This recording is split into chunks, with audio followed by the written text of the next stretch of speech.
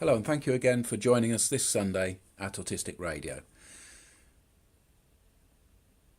The 555 show, Harry's Facebook page, is sponsored by Coldpack, coldpack.co.uk.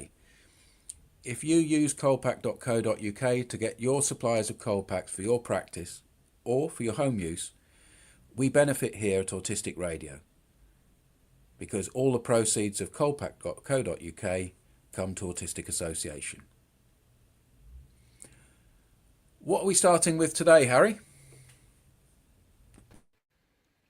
Hello Jules, hello everyone. This is Harry's Facebook for Sunday the 26th of July 2026, and this is where we go through our Facebook page and discussing the posts that are shared from all over. And the first post, as always, is a poem. And this poem is called Giving Yourself Grace, written by Karen Kretschka in 2022.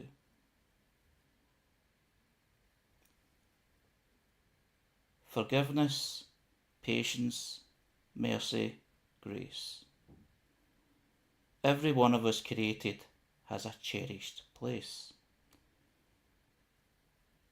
We often do not know why troubles assault. It's easy to cast blame and neglect your own fault. We may try to keep peace by pleasing the people, but that doesn't make peace. It ignores real issues. When people complain, we are a burden or pain. They often don't see the lesson to be gained. We are not a missing piece of a puzzle to be solved. We have missing peace because conflicts unresolved. We each have strengths and gifts that will please, but our differences bring discomfort to those ill with ease.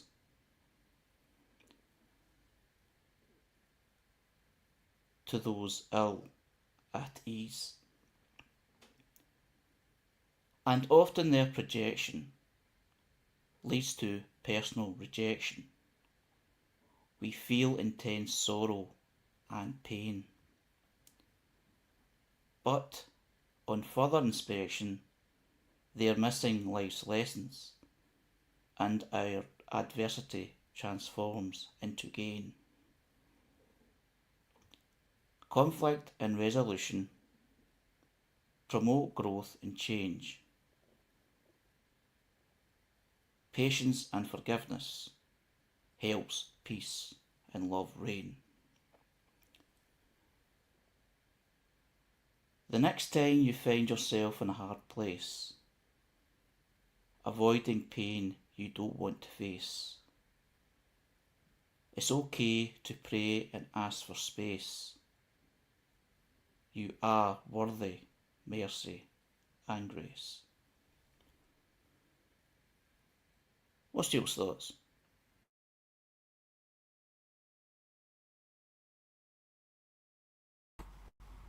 Yeah, I see the use of prayer and the spiritual metaphors as a means of asking for that space that we all require when things are a wee bit overbearing. I loved seeing certain words in this, especially projection, because the bit before it almost leads to it. We each have strengths and gifts that will please. We're trying our best, but our differences bring discomfort to those ill at ease. Bit of me thought, well, maybe it's an assumption to think that everybody else is ill at ease, but in a way they're ill at ease with us. They're ill at ease with people who have gifts to please. And what they do when they're ill at ease is they project. The world is full of projection just now. Every complaint, every piece of blame that's been thrown around just now is utter projection. It's the fault within the person thrown onto another. I can't deal with you. You're not doing it my way. So all these lessons to be learned, lessons is a word that pops up again. They're missing life's lessons, and our adversity transforms into gain. There are things to be gained from this experience, but it's just finding that space to allow yourself.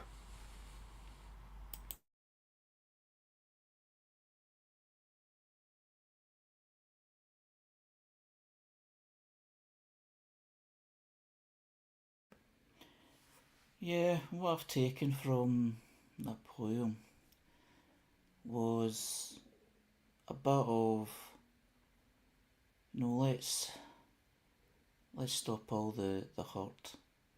Let's stop all the fighting, the negativity or the patronising or whatever. Because in many ways, autistic people are fighting a lot. And sometimes, I know through my own experience, you quite enjoy doing that in a way. But sometimes it's like, why should I need to? There should be more understanding. But it's also a poem where it can, I certainly hope it can, well, it's certainly influencing me as an autistic person. It's this sort of kind of, it's deep. It goes into quite deep and quite distressing and negative kind of language in a way, but it bounces back with a positive outlook that things can be better, and things are better, and things should be better. And if you're autistic, it's like you're not a problem. And the missing piece always gets me, because I've seen this, see the puzzle icon or trademark that's used for autism. I think that's towards that, because that metaphor, that icon is taken so literally by non-autistic people that autistic people are actually missing something, so that it needs to be compensated. But it's not about me missing something. You're just different and need to be understood. But I like the flow. And what I really like is, it's something I used to do myself, is the rhyming. There's a lot of poetry that you read out and it doesn't need the rhyme, it's got the rhythm of the words that don't need to actually rhyme with each other. But see, when you do read a poem, it does rhyme, it flows so much easier, in terms of reading it aloud anyway, and also bursts into song. So, yeah, it's a very nice piece. Nice change of rhythm there too, Harry, where it goes from 4 lines to 3 lines. Giving that little bit of to catch time again and then come back for the 4 again.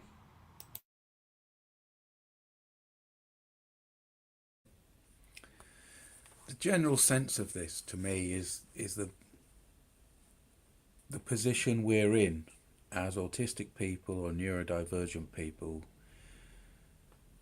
as a minority in society, misunderstood and often seen as a difficulty, often seen as people with something missing from them, because we're not the majority. We don't conform to the standard that has been set out for the way society works. We're odd within it, and that can be abrasive. It can cause conflicts, it can cause difficulties, and the poem's asking for peace. It's asking for the understanding of an autistic person to see, yes, we are knocking against these issues, but it's okay to also look for peace, find peace yourself, and regenerate. Um, it's not fair, but look after yourself.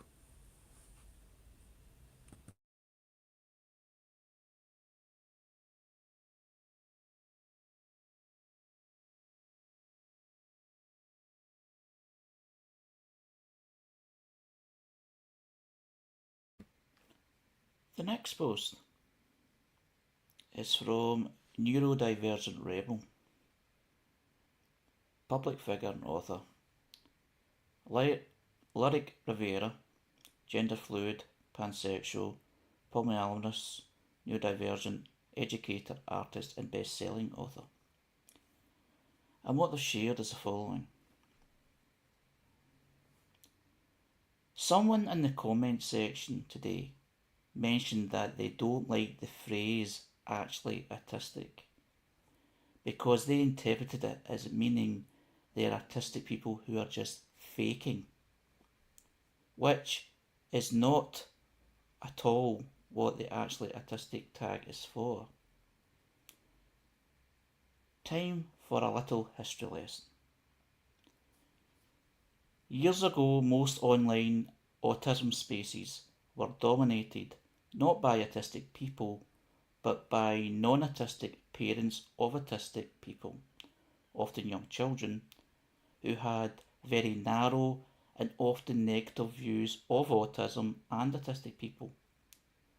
Many called themselves autism warrior parents because they saw themselves to be at war with or battling their child's autism.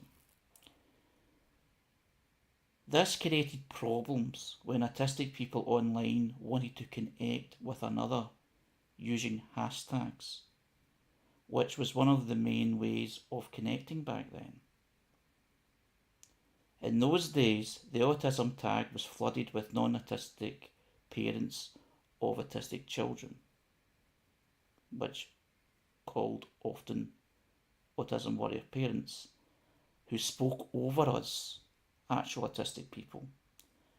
Many of them would tell us we weren't really autistic because we weren't like their children. So, of course, a desire to connect with one another without the harassment created a need for something new.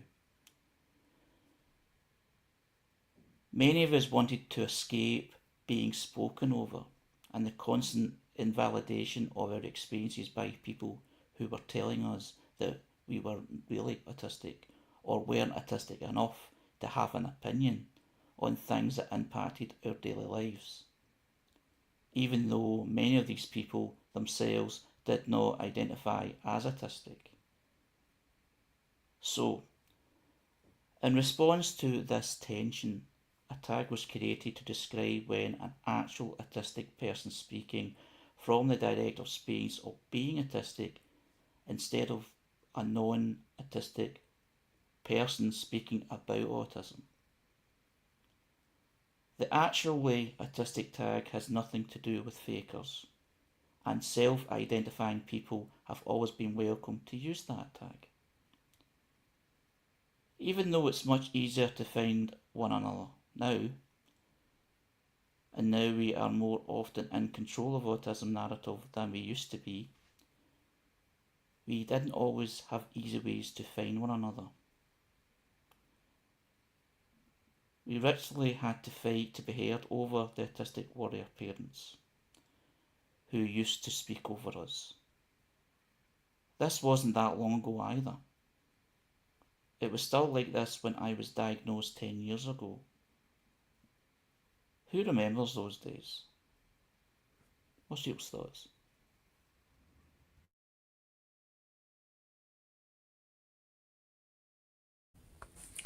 I remember those days because it's yesterday. It's tomorrow as well.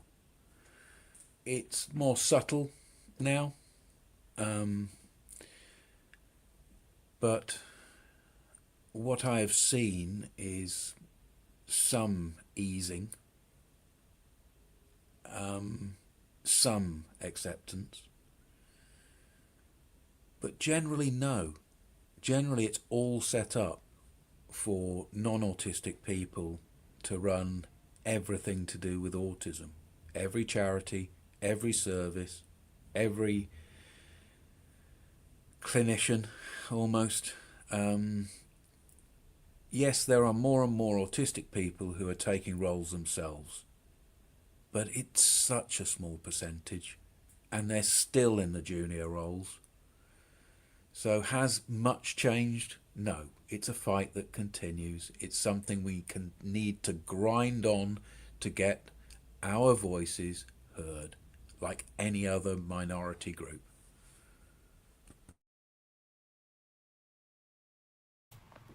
It makes me think about the way this comes in like generational waves, sometimes even of something as small as a decade, as indicated in this post.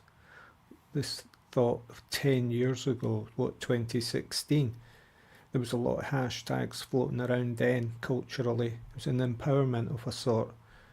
I put in the text that use of hashtags was first proposed in the 2007 tweet. So this means of identification in the social media landscape. I'm reading the first paragraph here and wondering about that scene back then as a recently diagnosed adult. Years ago, most online autism spaces were dominated not by autistic people but others. So these autism spaces, who was in them, who was using them, and maybe it was people. It was how many people were actually diagnosed back in this period, and in what sense were they diagnosed? I think by 2016 you could see that there was a thriving community of people who identified and were perhaps diagnosed as well, possibly with Asperger's and not what they call ASD now, say. So things are changing all the time as regards identification and waves of knowledge. And I can see why the poster's putting this thing out about the identification of actually autistic. But it does make me think about how this whole scene is quite young and changes.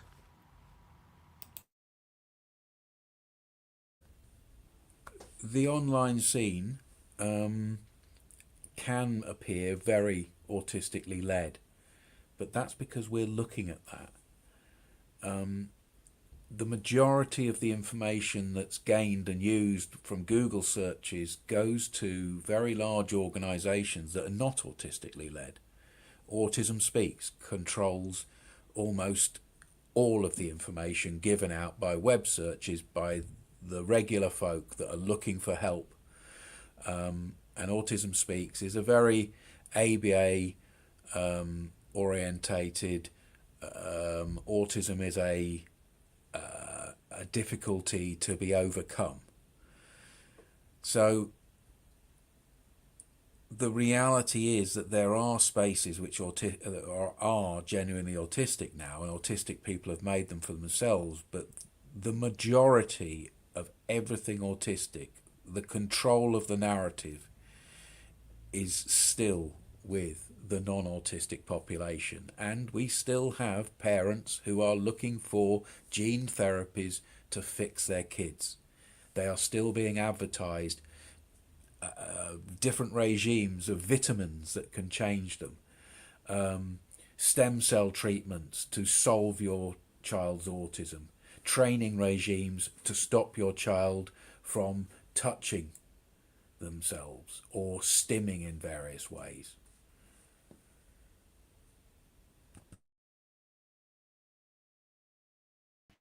I think the most horrific thing is this giving children bleach either to drink or in enemas, and that's been there's been a couple of times that in this country where people have raised that as an issue and it's been banned from places like Amazon, but in America it's still happening.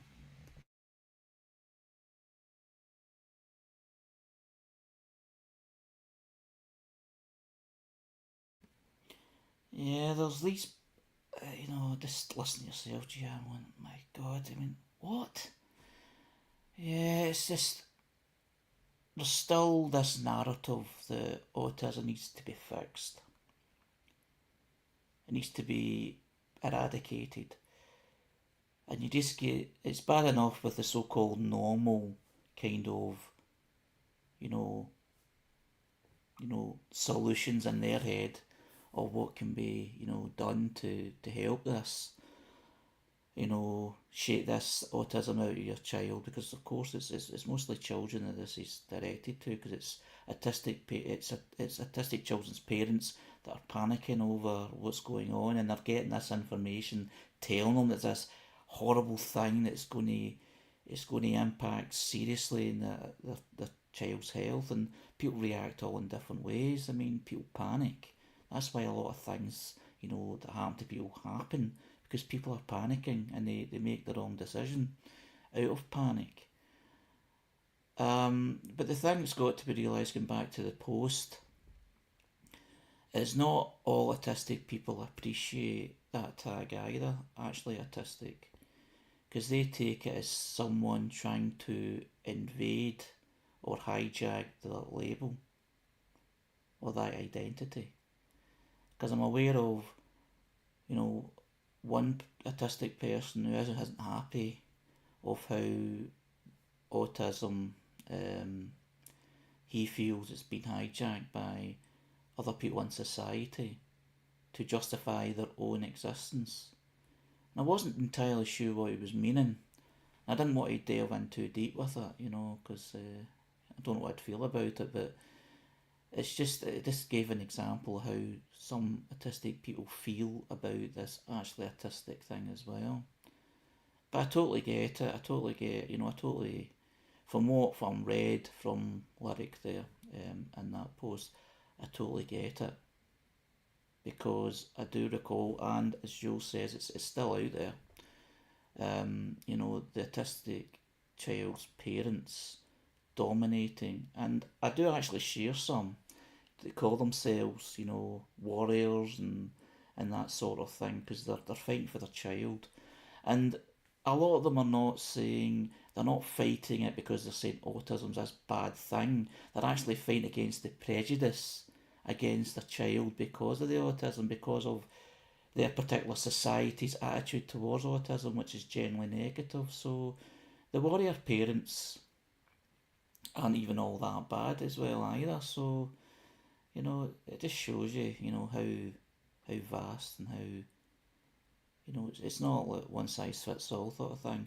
But I certainly agree that you want to be against that sort of narrative of, especially autistic people, being talked down or being told to shut up because they don't know what they're talking about, even though they do.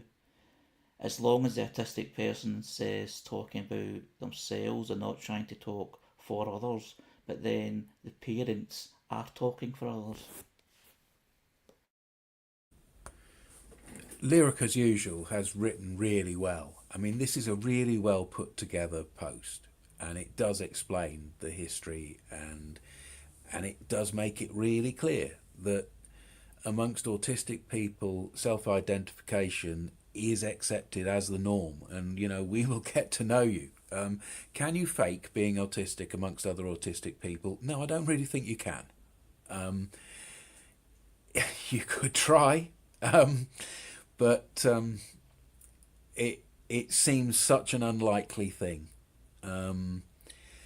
What we do have is smear campaigns and a backlash and everybody's autistic now, and everyone's got ADHD, and these kind of political narratives that are from certain groups that always use these kind of narratives to try and dominate. There's a backlash. The more of us realize our autistic identity, especially the people who are not thought of as society as disabled, and that's a whole can of worms, the more there are of us, the more we becomes a group that a political group can attach some kind of blame to, attach some kind of work shyness to, attach some kind of otherness to. And we're in the middle of that backlash. What Lyric also puts there is that there are alternatives now where there wasn't before. And if you start with going to her or their, Facebook, you'll link on to their books, you'll link on to other places, and you'll find a world out there where you can choose your version of autism. You can choose your version of identity and how you come across it.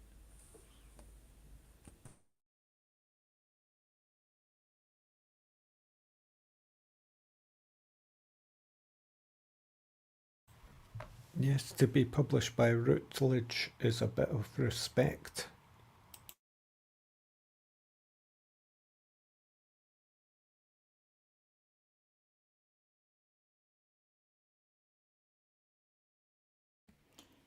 The next post is from When My Brain Is Messy, who is an AUDHD children's picture book author and mum of two, and shared the following. I'm trying an experiment on myself. As someone with misophonia and auditory processing differences, one of my biggest barriers in life is sensitivity to sound. Sound doesn't just affect my ears, it affects my whole body. Different sounds hit my body in different ways.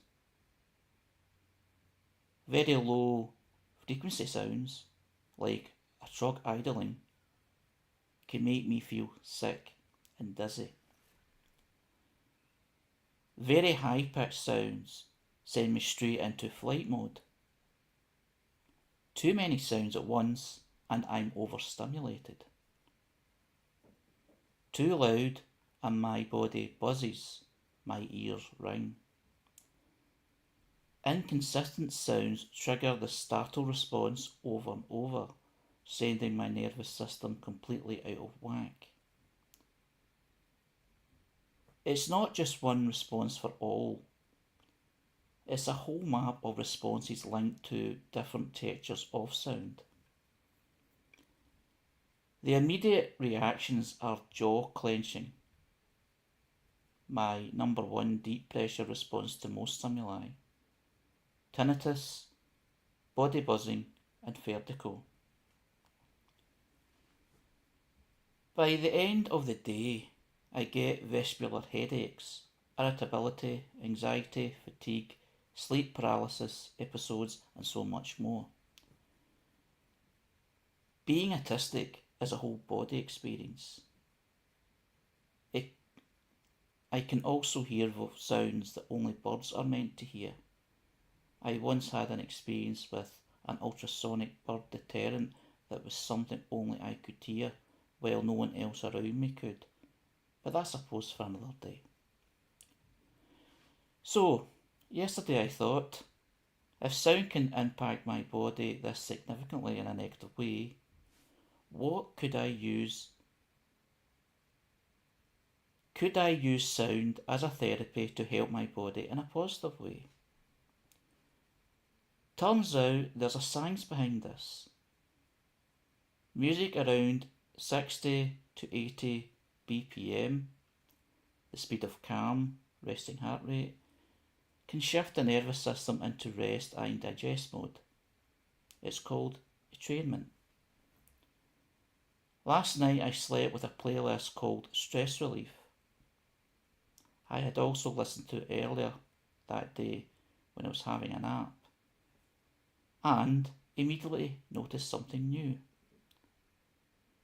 I didn't need to wear my occlusal splint mouthguard during my nap, which I usually can't do without waking with a sore jaw. The music was calming my nervous system enough for my body to stay relaxed. That was a new experience for me. So I played the playlist through the night to see how it would impact my bruxism, teeth clenching. I felt a notable difference in the morning. The only time I ever had relief from my bruxism was a brief period when I was still working and could afford Botox and temporalis and masseter muscles. That worked, but I couldn't sustain that treatment financially, as there were no medical rebates for it.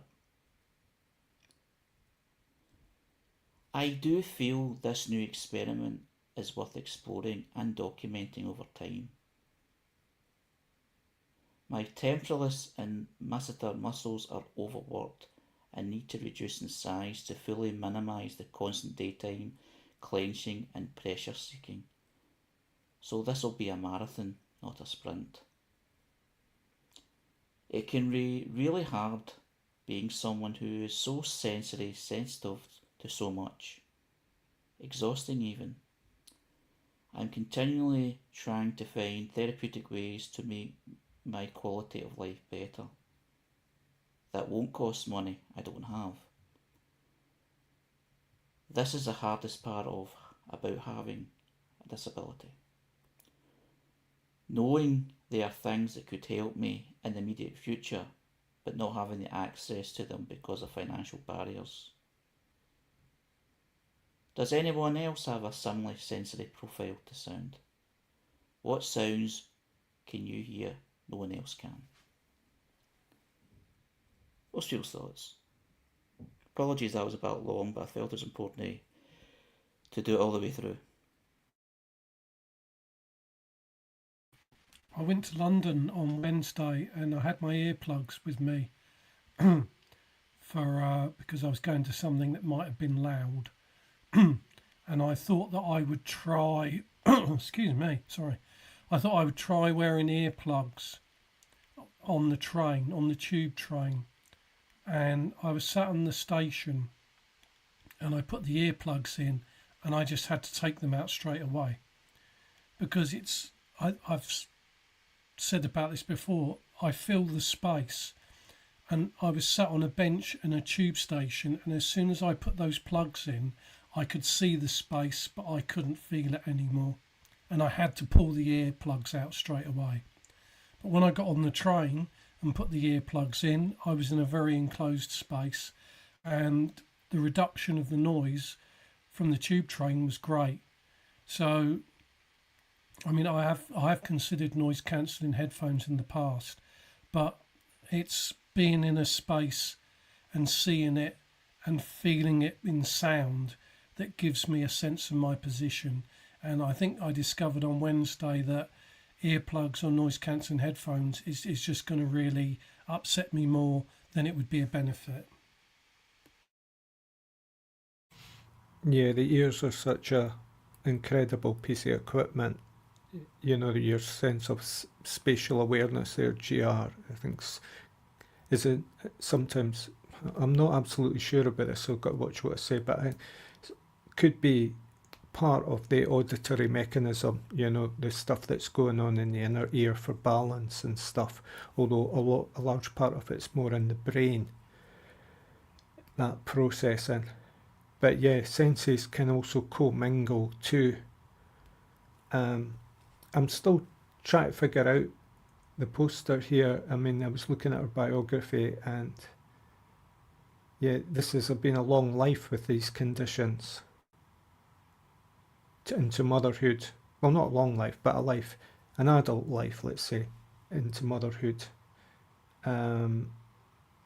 Responding to all these things, and yeah, jaw clenching, tinnitus, body buzzing, vertigo, the dizziness, it's the ears again. I don't understand a lot of this. I have my own problems in that area, but not to any great extent. So it's just this idea of trying to identify with the poster and what they're putting out here with this stuff. That finally they ask a question, don't they? Do we have a similar sensory profile to sound? Not this extreme. GR's reflected on his experience there. We all had these things that irritate us, didn't we? Like when we were very young, there was things like screeching blackboards. And a strange thing came up in something I was watching TV recently, where the scientists in the GCHQ department complained about the noisy whiteboards or the noisy blackboards that they had. Yeah, noisy whiteboards they had to use, and that's why they preferred to use blackboards with chalk. And the guy said, so when you said noisy, you meant the colour, didn't you? And the guy said, what else did I mean? The whiteboard was too visually noisy.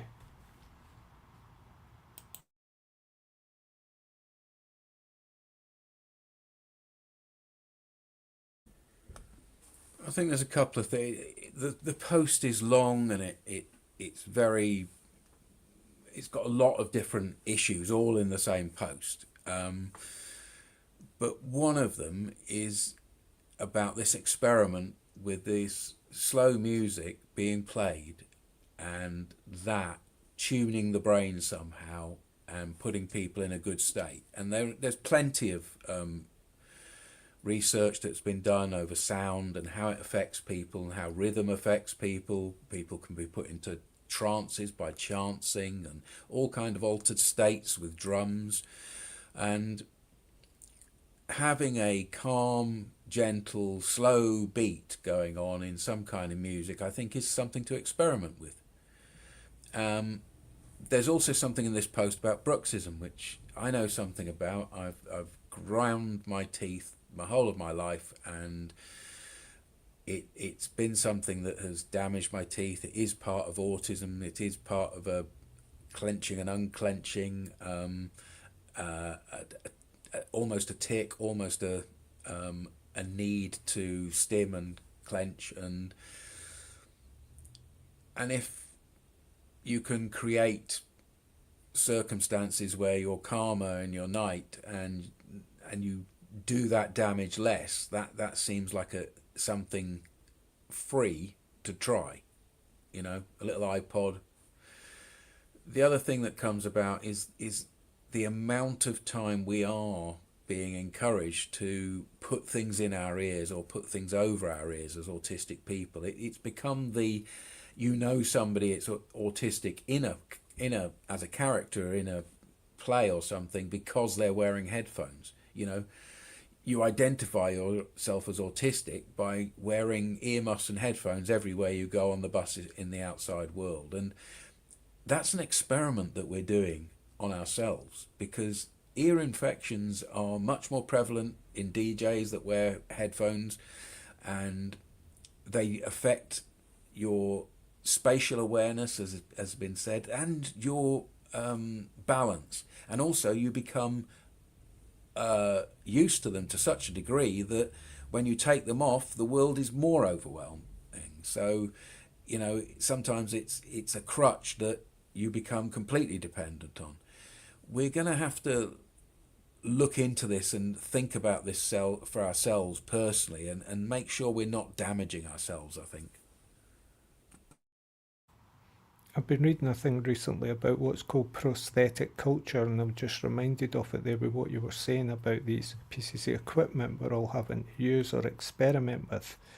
You've become used to these things after a while. The prosthetic. It's like the age you need to live this life. One of the first conspiracy theories I ever heard from someone was that since 1945 the frequency of life in the UK has changed. Because of electricity, the build-up of our culture and society, the media, and that's been extended recently into other theories. I don't buy any of it, right? But I do believe the pace of life has quickened into an almost anxious and neurotic state. But how we're going to cope with that is a thing. Technology has always moved on in this sense when people get together.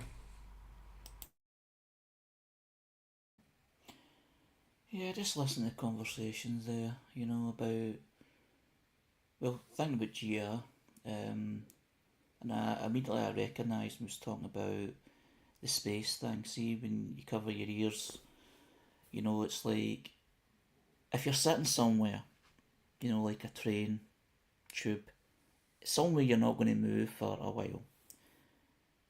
It does feel very beneficial. It's very beneficial of wearing earphones or headphones, and that's what I do.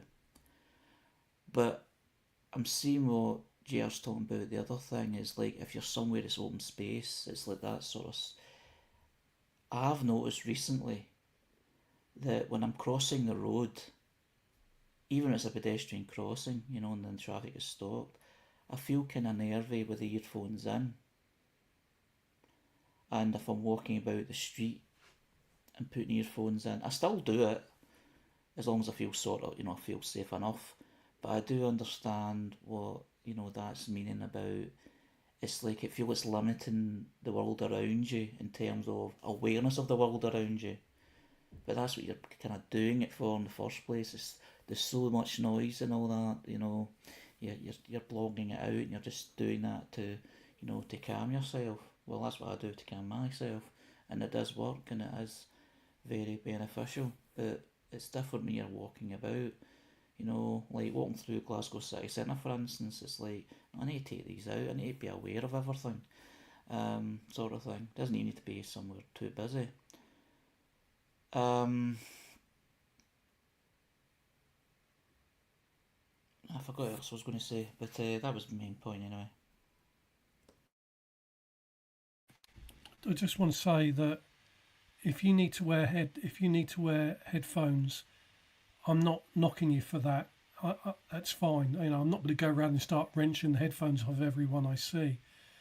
But to me, it in an enclosed space, even with a certain amount of noise. I mean, if I was stood there, I would probably want to block that noise out if it was like roadworks or whatever. But I'm stood here. There's an electric door on the shop there. There's a zebra crossing in front of me. There are 5 taxis parked over the road. There are 6 now. Another one's pulled up. A bus has just gone by. A car has just gone by, and all that information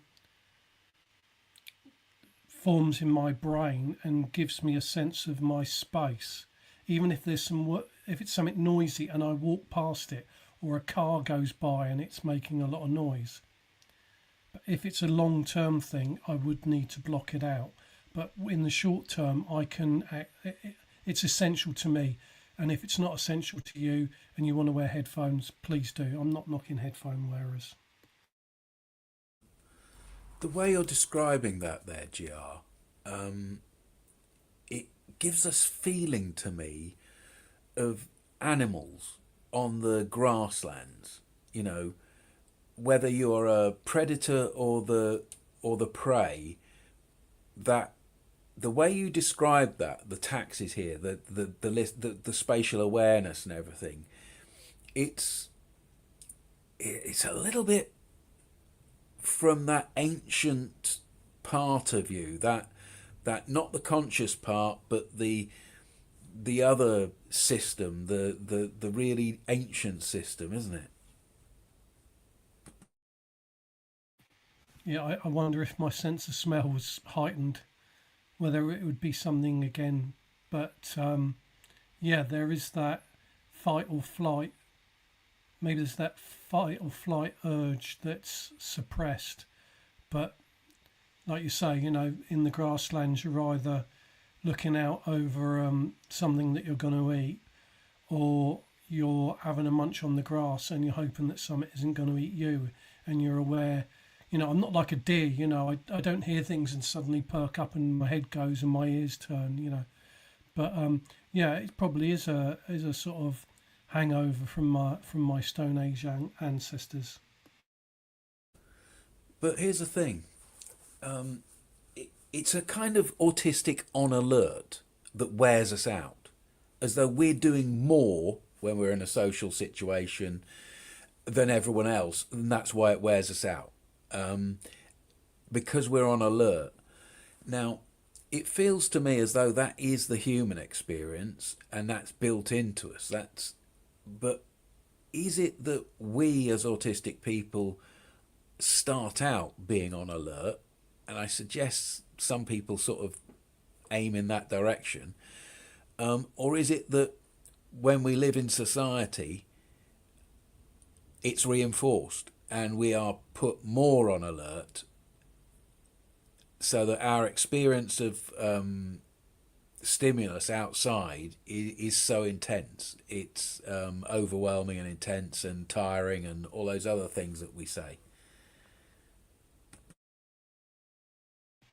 I think there's another aspect to this is being sat and there are conversations going on around, and that I find difficult, especially if I'm talking to someone, but I'm also trying to make sense of the other conversations around me. That can be quite hard, and at times I can just literally just zone out and freeze when that happens.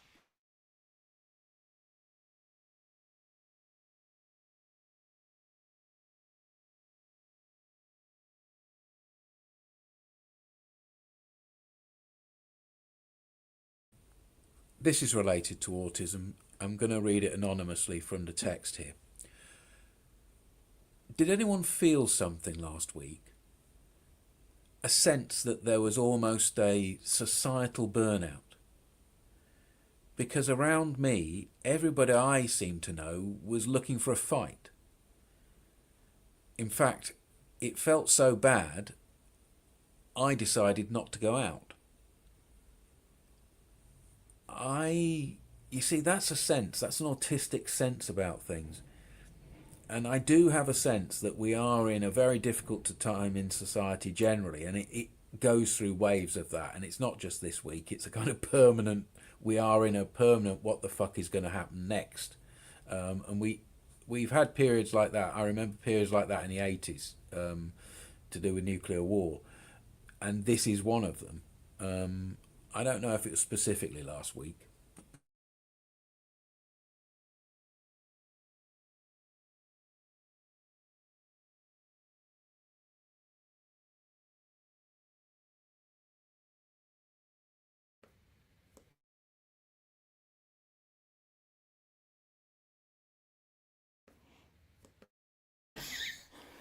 Sorry about that.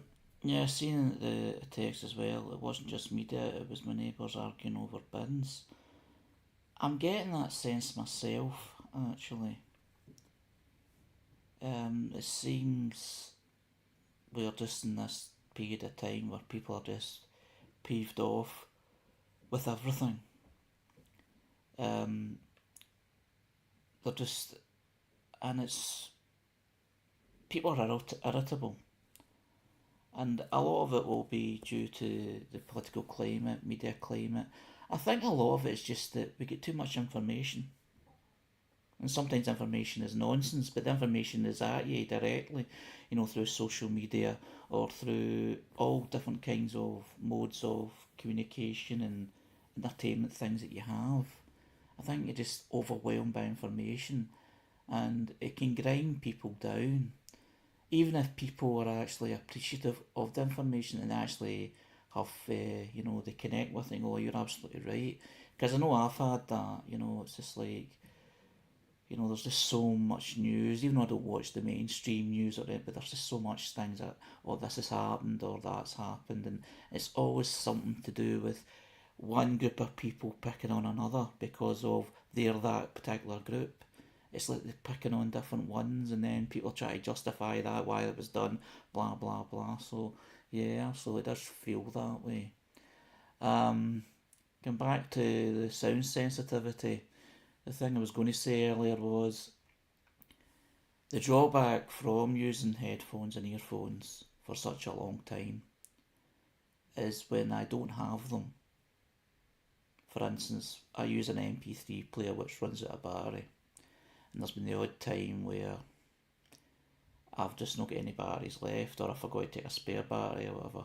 I actually now make sure I take a bag with spare batteries with me. And I recall one time, it was a Thursday night or something, and just coming back from my friend's house in Glasgow, and I put myself into this state before I even travelled. I even mentioned it to my friend, oh, I've not got any batteries. Have you got any batteries from MP3 player? Sorry, I don't. So I was in high tension all the way home, and even a minor little thing would irritate me. And by my luck, there was these group of women who, I don't know if they were drunk or just excited or whatever, they were just very noisy. and I thought, right, I'll sit in the corner and just try and ignore it. And then a guy that was sitting next to him blew up and gave him a row, and he made them worse. But then I discovered not long after, the same sort of similar situation happened again. And this time it was to do with the headphones no longer working properly because I've used them that much. And I thought, see if I just put the earphones in without any music at all, it's still blocking out the sound. It'll ease things a little bit because I'm on my phone generally anyway to distract me visually. And it actually worked. And I thought, alright. It's the same sort of thing, it's blocking out the noise. And I've got to admit, see, when I discovered that, I was so, you know, so happy in case I do run out of battery again, even though it's unlikely now because I over prepare. But the point of what I'm saying is, see, I'm not used to having that sort of thing. So it seems when I'm haven't got any headset or anything like that, the sound is amplified even more than it ever was before. Because I recall that years ago I used to take long bus trips and I never used to wear earphones years ago and I got by. So my hearing must be a lot more sensitive now, or my senses must more be sensitive now because of the regular wearing of such things. Have you ever had the reverse of all this, which is like when you really want to hear something but can't quite? You know, almost like they need to know. You know that old myth of like if you put a tumbler or a glass against a wall, you can hear through the wall what's happening next door. I don't know if you've ever tried that to amplify it. You just get a general mumble. But there is that thing sometimes where I'll just switch everything off in order to hear what's happening outside because it's annoying me and bugging me. And I'm going, what is that noise outside?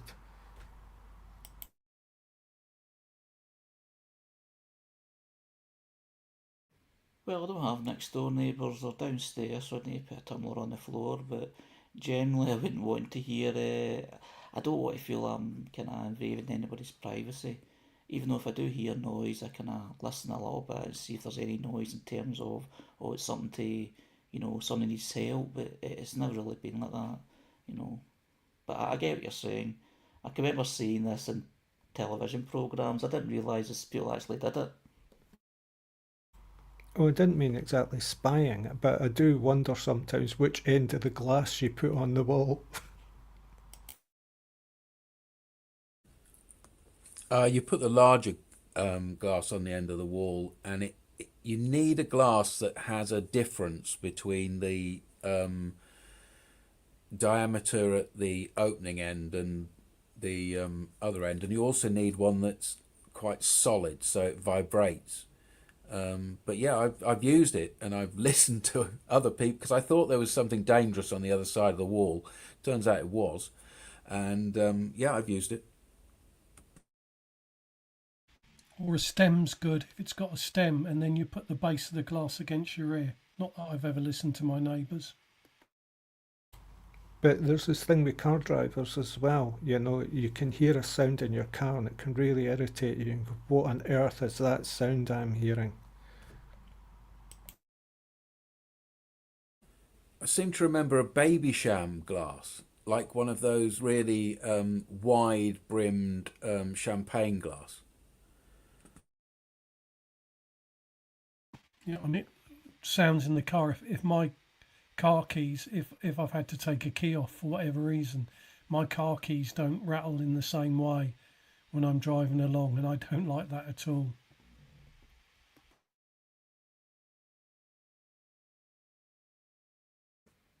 Yeah, just talking about cars, I've got a neighbour who, one of those people just have loud cars, and you can just hear it. It's not zooming or rooming or anything like that. It's just like he's turning on the engine, and then he's not leaving yet. He's probably sorting things out in his car, before he leaves, and it's just like, just drive away. But the weird thing is like my living room's out my back. So the room that I'm in is like most furthest away from the car, but because it's one of those cars with it's been made a bit louder. So it does a zoom zoom and it's going fast, I suppose. It's just, this reminds me of my sound sensitivity. Well, it's the door slammers as well, isn't it? And it's like I had a driver's side window replaced last year, and as I closed my door this weekend, I thought that doesn't sound that glass doesn't sound the same as the other door. So I'm round the other side of the car to the passenger side and closing that door and going, no, that glass doesn't seem to rattle as much as the one on my side. So I got a bit obsessed about it, and I thought, I just wonder if that repair has been done well, which is probably the root of my anxiety. It was my ultimate fear of being ripped off or a shit job being done.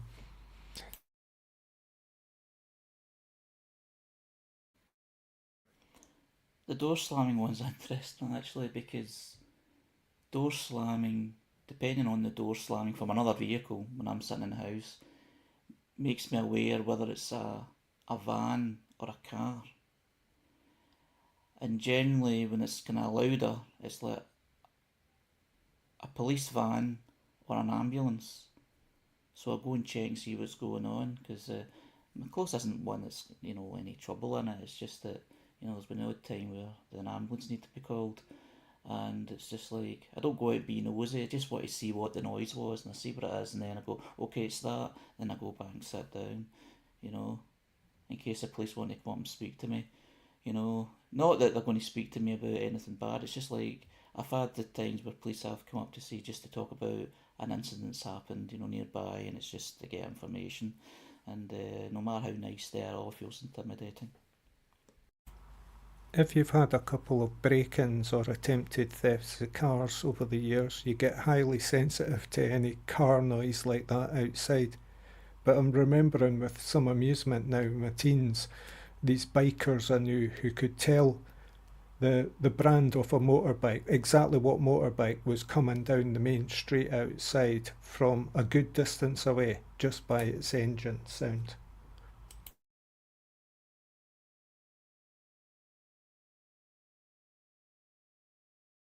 Yeah, I agree with what Joe's put in the text there about any replacement of, say, glass in a car window will always be a bit looser than the original just because of the opening up. Yeah, I kind of took that one on the chin.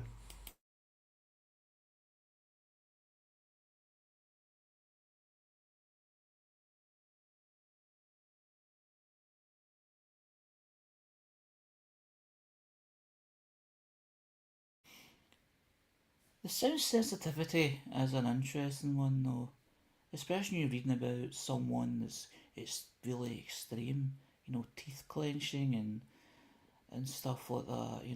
Body aches, and it's one of those ones. It's like, oh, maybe my experience isn't that bad after all, because my sensitivity is so, it's so strong as well. This with certain things. It's not just sound, but this is what we're talking about, sound, and it's just,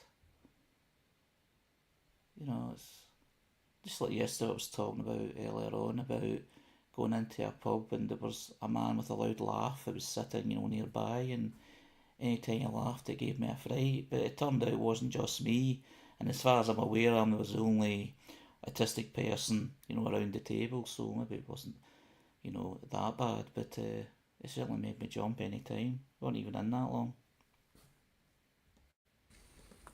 But I think the thing we always have to remember is that we're not experiencing it all the time. It's so variable for us. You know, we are much more sensitive, perhaps, on the worst day, whereas we can manage a lot of the other times. So that's the element of disability that people talk about in autism, and that's why it is recognised as a disability, whether it is a diagnosed autism or whether it is a self-identified autism. They are both valid as disabilities in our law, because the variability of our experience of the world puts us at a disadvantage or a disability.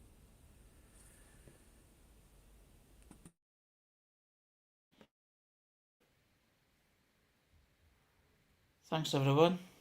I'm just about out of time. Thanks everyone for the discussion tonight. It was really good as always. And thanks to everyone who shared their posts on our Facebook page. This is Harry's Facebook, Sunday the 26th of July 2026. It's part of the Spectrum Voices Conversation, which is live every Sunday, 5:55 PM to 7 PM UK time, and I look forward to doing the same next week. So thank you once again, and goodbye.